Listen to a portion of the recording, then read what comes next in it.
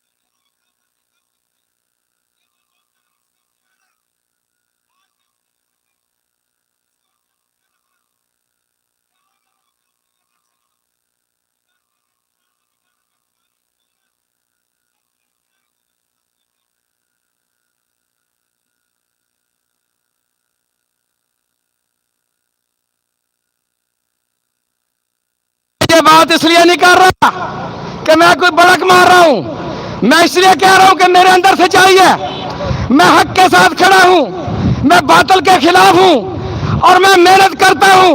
मैं अपने दोस्तों को इज्जत देता हूं, मैं आवाम को मोहब्बत करता हूं, उनकी खिदमत करता हूं।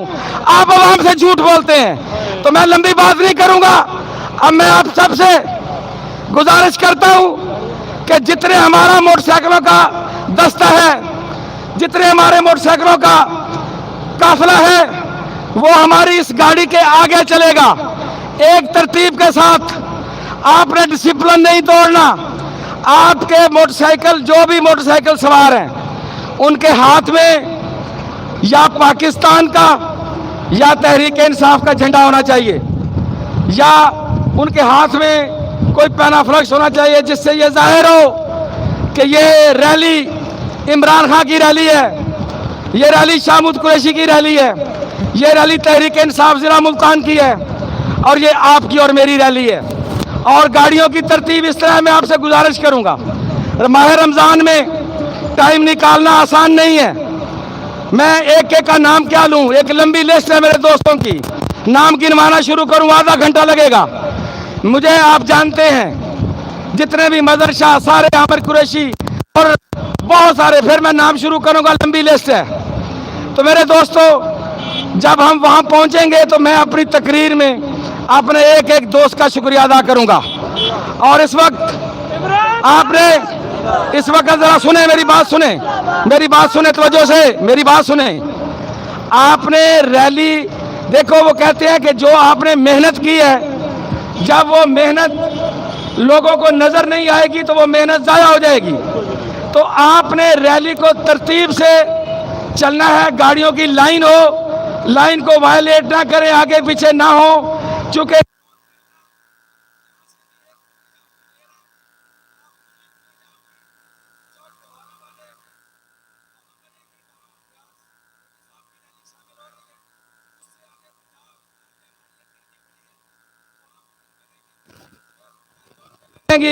फिर विहाड़ी चौक पे बनेगी और फिर फाइनली जहां हमारा पड़ाव होना है वहां